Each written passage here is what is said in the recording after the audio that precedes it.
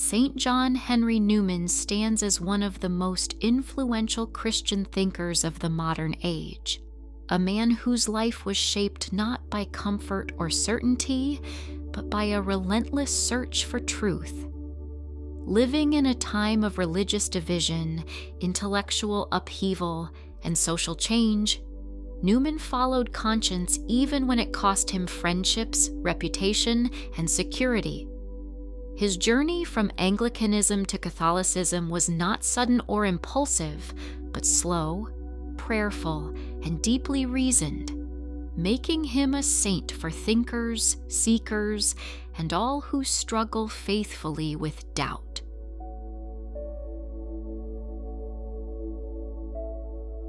Early life: a sensitive mind and a serious soul. John Henry Newman was born on February 21st, 1801 in London, into a middle-class Anglican family. From a young age, he displayed an intense interior life, marked by seriousness, imagination, and a keen sense of the unseen world. At the age of 15, he experienced a profound evangelical religious awakening that would shape the rest of his life. Although his theological views would later develop significantly, this early conversion gave him a lasting awareness of God's presence, the reality of sin, and the importance of personal holiness. Reflecting on this decisive period years later, Newman wrote that there were two and only two absolute and luminously self-evident beings: myself and my Creator. Oxford: intellectual brilliance and spiritual formation. Newman entered Trinity College, Oxford, at the age of 16, quickly distinguishing himself as a brilliant scholar. Though intellectually gifted, his early university years were marked by loneliness and illness, which deepened his reflective and prayerful nature. He was ordained an Anglican priest in 1825 and soon became a Fellow of Oriel College, Oxford, one of the most intellectually influential colleges within the University of Oxford. There, Newman matured as a preacher, pastor, and theologian, drawing large congregations with sermons marked by moral seriousness, intellectual clarity, and profound spiritual insight. The Oxford Movement, defending the Apostolic Church. In the 1830s, Newman emerged as a central figure in what became known as the Oxford Movement, alongside men such as Edward Pusey and John Keble. Alarmed by government interference in church affairs and the erosion of doctrine, they sought to restore the Church of England's apostolic roots, sacramental theology, and continuity with the early church. Newman's famous tracts for the Times argued that Anglicanism was not merely Protestant, but part of the one historic Catholic Church, though not Roman Catholic. At this stage, Newman still believed that the Church of England represented the true continuation of apostolic Christianity, while he viewed certain Roman Catholic teachings and practices with serious concern.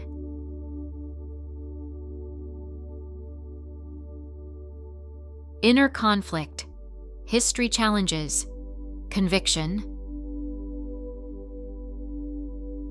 As Newman studied the writings of the Church Fathers more deeply, his confidence in Anglicanism began to weaken. He discovered that many of the doctrines and practices of the early Church, its understanding of authority, sacramental life, and visible unity, appeared to align more closely with the Roman Catholic Church than with the contemporary Church of England. This realization deeply unsettled him, challenging convictions he had defended for many years. He withdrew from public controversy, retreating to the village of Littlemore, where he lived a quasi-monastic life of prayer, fasting, and study. There, he wrestled silently with the possibility that the church he served might not be the true continuation of apostolic Christianity. Littlemore, withdrawal into silence and prayer. After years of intense study, preaching, and involvement in the Oxford movement, Newman began to feel a profound inner conflict. The writings of the early church fathers weighed heavily on his conscience, revealing a continuity and authority in Roman Catholicism that challenged his Anglican beliefs. Seeking clarity and spiritual direction, Newman withdrew to the quiet village of Littlemore near Oxford, where he formed a small semi-monastic community devoted to prayer, fasting, study, and spiritual discipline. He spent his days in prayer, fasting, and careful study, often walking through the countryside near Littlemore as he searched for clarity, meditating on the call of God and the demands of truth. In this period of solitude, Newman wrestled with doubts, fears, and the longing for obedience to God above all human expectation. It was here, in this silent interior retreat, that he came to understand that following conscience and divine truth would require both courage and humility, a thought that expressed his understanding of God's personal call was captured in his words. God has created me to do him some definite service. Conversion. To be deep in history is to cease to be Protestant.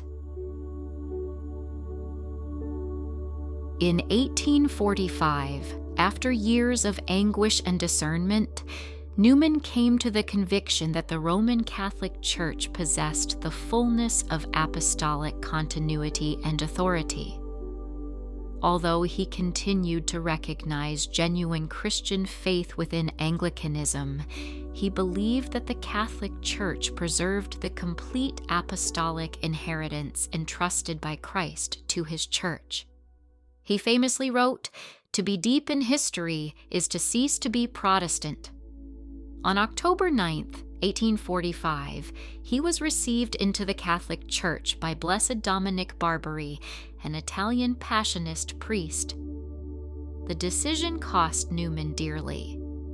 It effectively ended his official academic career at Oxford, separated him from many lifelong friends, and cost him much of the reputation and influence he had built within the Church of England. Yet he later wrote that he entered the Catholic Church with a sense of relief and peace. A new beginning, humility and obscurity. Following his conversion, Newman traveled to Rome and was ordained a Catholic priest in 1847. He joined the oratory of St. Philip Neri, a community dedicated to prayer, preaching, and intellectual formation. Returning to England, he founded the Birmingham Oratory, where he would spend most of his remaining life. Contrary to expectations, Newman was not immediately embraced by English Catholics. Some distrusted him as a former Anglican, others misunderstood his intellectual style. For many years, he lived quietly, obediently, and without recognition, embracing humility as his path to holiness. Suffering and misunderstanding. The cross of obedience. Newman endured repeated misunderstandings, public attacks, and ecclesiastical disappointments. His role as rector of the Catholic University of Ireland was difficult and frustrating. Later, he was falsely accused of dishonesty by Charles Kingsley, leading Newman to write his spiritual autobiography, Apologia pro vita sua. In it, he calmly and meticulously explained his journey of conscience, earning widespread respect, even from former critics. The book remains one of the greatest spiritual autobiographies in Christian literature. The work revealed not only his intellectual honesty, but also his deep humility and patience in suffering. The idea of a university, faith and reason in harmony. Following his appointment as rector of the Catholic University of Ireland, Newman delivered a series of lectures that later became one of his greatest works, The Idea of a University. In these lectures, he argued that education should not merely prepare people for a profession, but should form the whole person, cultivating wisdom, moral character, and the disciplined pursuit of truth. Newman believed that faith and reason were not enemies, but companions, each illuminating the other in humanity's search for God. His vision of liberal education continues to influence Catholic universities and educators throughout the world.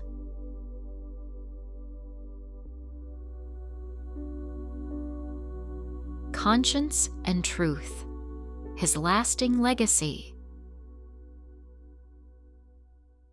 At the heart of Newman's theology was the formation of conscience, not conscience understood as personal preference, but as the inner voice through which a person recognizes and responds to God's truth. He believed that conscience possesses rights precisely because it has duties, calling every person to seek what is true and to obey it faithfully. Newman also developed the influential idea that Christian doctrine unfolds organically through history while remaining faithful to the apostolic faith. He presented this vision in his essay on the development of Christian doctrine, a work that later exercised significant influence on the theological renewal reflected in the Second Vatican Council. Throughout his life, Newman demonstrated that faith and reason are not enemies, but partners in the pursuit of truth. Cardinalate and final years, vindication without triumph.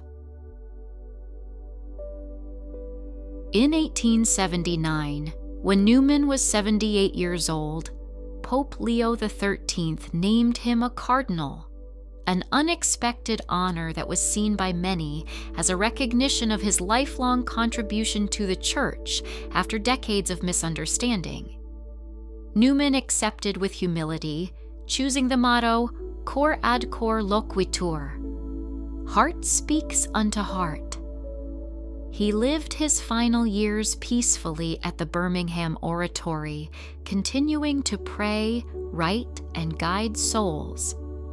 He died on August 11, 1890, beloved by many who once doubted him. Sainthood and relevance today. After being beatified by Pope Benedict XVI on September 19, 2010, Newman was canonized by Pope Francis on October 13, 2019. Today, Saint John Henry Newman is regarded as one of the greatest Christian thinkers of the modern era, a guide for those who seek truth honestly, suffer patiently, and obey conscience faithfully. His life teaches that holiness is not found in certainty alone, but in faithful perseverance, even when the path is costly. Newman reminds us that truth is not seized by force, but received through humility, prayer, and love. Fittingly, the motto he chose as a cardinal became the summary of his entire life. Cor ad cor loquitur, heart speaks unto heart. Newman believed that truth is ultimately communicated not merely through arguments, but through lives transformed by grace. In November 2025, Pope Leo XIV proclaimed Saint John Henry Newman a Doctor of the Church, recognizing the enduring wisdom of his theological writings and their profound contribution to the life of the Church. This rare honor affirms that Newman's teaching continues to guide the faithful in their search for truth, conscience, and holiness. Newman's vision of faith and reason was not only an intellectual idea. For him, the search for truth was ultimately a journey of the whole person, a journey that begins in the depths of the human heart and leads toward God. Throughout his life, Newman explored the questions that touch every soul. How do we recognize truth? How does God guide us? What is our purpose? And how are we transformed into the people God calls us to become? His writings reveal not only the mind of a great theologian, but also the wisdom of a man who sought to listen to the voice of God. For Saint John Henry Newman, the journey toward God begins within the human heart. He believed that conscience is not merely a personal feeling or an inner preference, but a sacred gift from God, a voice that calls us toward truth, goodness, and holiness. Newman taught that when conscience is properly formed by truth, it becomes a place of encounter between the human soul and God, guiding us to recognize what is right, reject what is false, and respond faithfully to God's call. Conscience is the aboriginal vicar of Christ. Newman teaches that conscience is the original and God-given voice within the human person that calls us to recognize and follow moral truth. Properly formed, it is a means through which Christ guides the soul. Truth is the proper object of the intellect. Newman reminds us that the purpose of the intellect is to seek truth. Learning has its greatest value when it leads us closer to God and to what is true. Knowledge is one thing, virtue is another. Newman teaches that knowledge alone does not make a person holy or good. True wisdom is shown by living according to truth, not merely understanding. Newman's own life was marked by a deep search for truth. He understood that faith is not opposed to reason, nor does every question represent a loss of belief. For Newman, difficulties, study, and reflection could become part of the journey toward a deeper faith. The search for truth requires humility, patience, and trust in God's guidance, especially when the path is not always clear. 10,000 difficulties do not make one doubt. Newman reminds us that intellectual questions and struggles are a normal part of faith. Having difficulties understanding does not necessarily mean a person has lost faith. To be deep in history is to cease to be Protestant. Newman argues that a serious study of early Christian history led him to see the Catholic Church as preserving the fullness and continuity of apostolic Christianity. Lead, kindly light, amid the encircling gloom, lead thou me on. This is a prayer asking God to guide us through darkness and uncertainty, trusting Him to lead us one step at a time rather than revealing the whole journey at once. For Newman, holiness was not achieved in a single moment, but formed throughout a lifetime. The Christian journey is a process of continual conversion, where God gradually transforms the heart. Newman understood that growth often comes through patience, sacrifice, and trust. Even when we cannot see the entire path ahead, we are called to believe that God's wisdom is guiding us. God has created me to do Him some definite service. Newman reminds us that God has given every person a unique vocation and purpose. Each life is entrusted with a particular way of serving Him.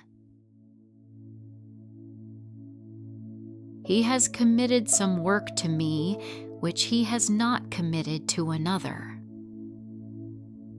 This means every person has a unique mission that cannot simply be replaced by someone else. God entrusts each soul with a distinct role in His plan. We are not born for ourselves alone. Newman reminds us that our lives are meant to serve God and others, not merely our own interests. We are called to love, serve, and contribute to the good of those around us.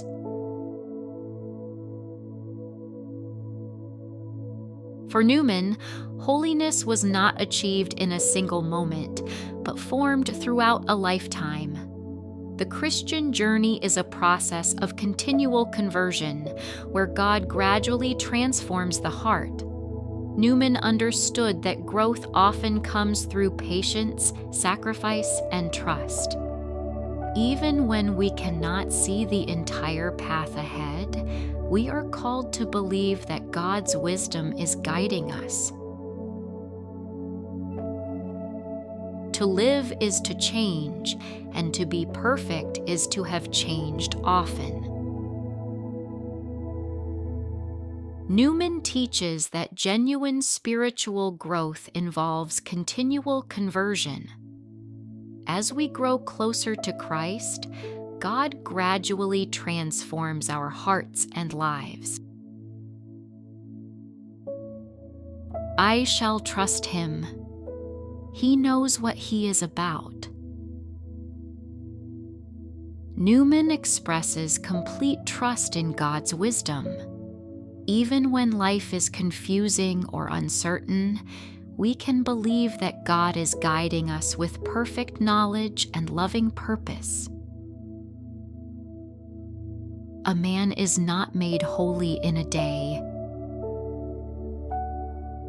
Holiness is formed over a lifetime through prayer, perseverance, repentance, and faithfulness. Spiritual growth happens step by step. Holiness rather than peace is the first duty of the Christian. Newman reminds us that following Christ is not about seeking an easy or comfortable life, but about growing in holiness, even when it requires sacrifice. Saint John Henry Newman believed that true education and true faith must transform the whole person. Knowledge alone is not enough. The mind must be united with the heart, and truth must lead to a life of virtue. His motto, Cor ad cor loquitur, heart speaks to heart, expresses his belief that the deepest encounters happen not only through ideas, but through love, sincerity, and the presence of God working within the soul. Cor ad cor loquitur. Heart speaks to heart. Newman's motto expresses his belief that the deepest communication happens heart to heart, through sincerity, love, and a genuine encounter between souls, especially in the life of faith. A great memory does not make a great philosopher. Newman teaches that simply remembering many facts does not make someone truly wise. Genuine understanding requires reflection, judgment, and the pursuit of truth.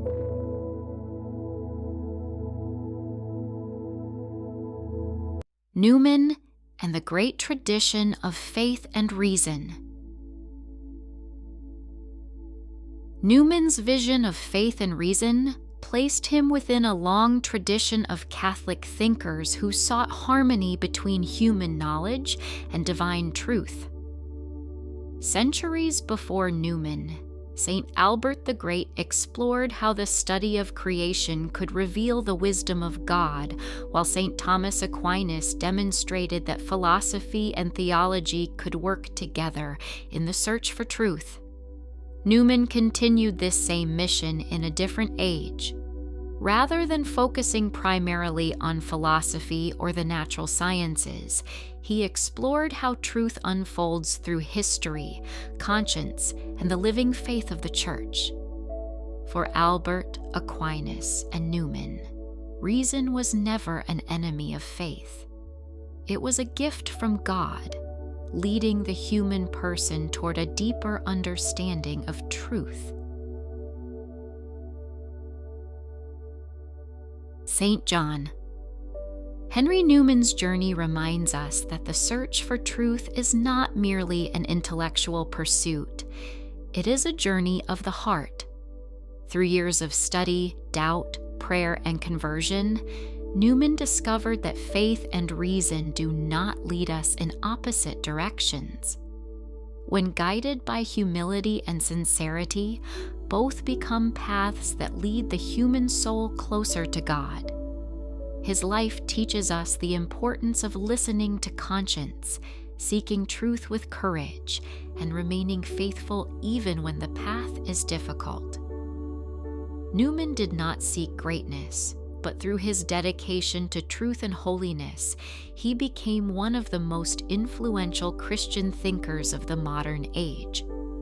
Today, Saint John Henry Newman continues to inspire believers and seekers alike, reminding us that God speaks not only through the great questions of the mind, but also through the quiet voice of the heart. May his example encourage us to seek truth with humility, to deepen our faith with understanding, and to follow wherever God's grace leads. Thank you for watching Echoes of the Saints. If this story has inspired you, consider subscribing for more stories of the saints, their wisdom, and their journey toward God.